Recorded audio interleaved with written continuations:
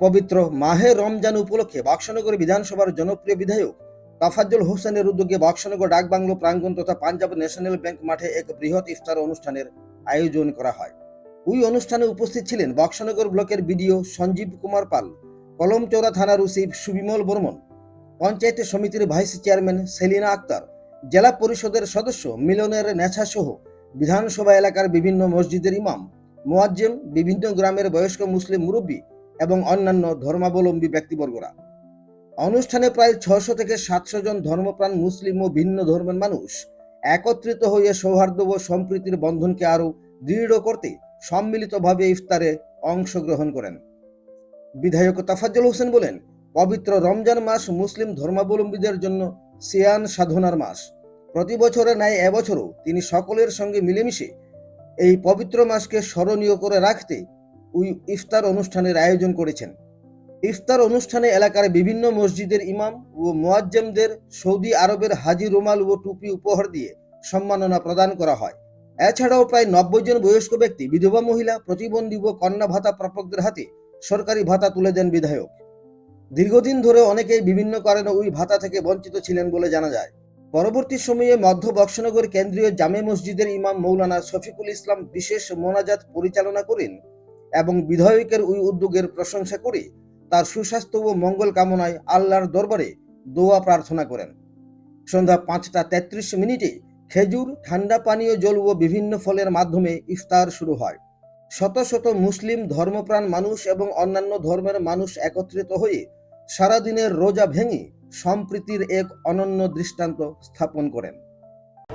জনপ্রিয় বিধায়ক জনাব মোহাম্মদ তাফাজ্জল হোসেন মহোদয় সাহেব, উনি মাহে রমজান উপলক্ষে এই এলাকার সমস্ত মসজিদের ইমাম সাহেব এবং মুয়াজ্জিন সাহেবগণ এবং যারা মুরব্বিয়ানে কেরাম সর্বস্তরের সকল দেরকে নিয়ে এখানে একটা ইফতার অনুষ্ঠানের আয়োজন করেছেন।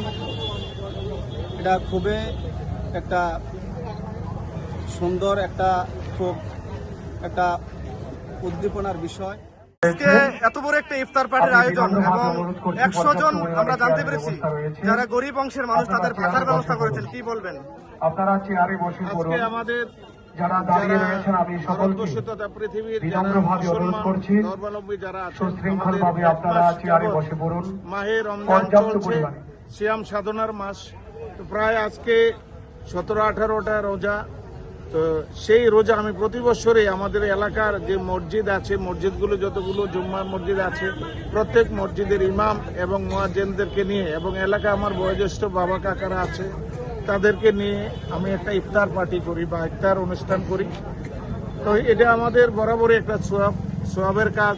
যদি কাউকে ইফতার করানো হয়, না যদি রোজাদার লোক যদি দোয়া করে, সেই দোয়া আল্লাহ কবুল করে।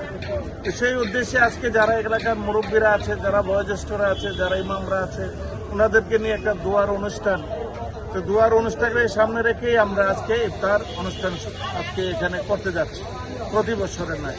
তার সাথে সাথে আজকে আমাদের আইসিডিএস দপ্তর থেকে প্রায় 100 বয়োজ্যেষ্ঠ, বিধবা এবং হ্যান্ডিক্যাপ 100 লোককে আমরা ভাতা প্রদান করব আজকে শুভ দিনে।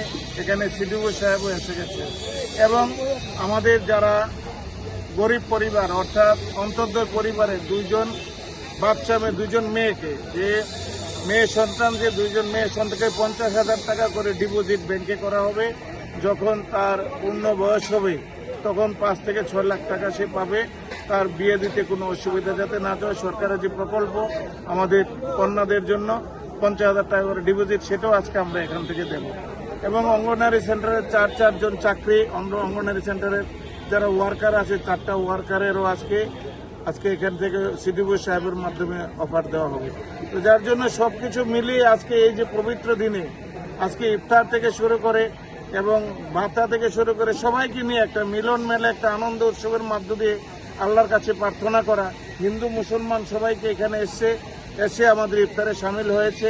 একটা হিন্দু মুসলমানের মিলন মেলা, একটা ভ্রাতৃত্ববোধ এবং একটা তার মধ্যে দিয়ে আজকে সামনে আর 10 দিন 12 দিন পর আসছে আমাদের ঈদ।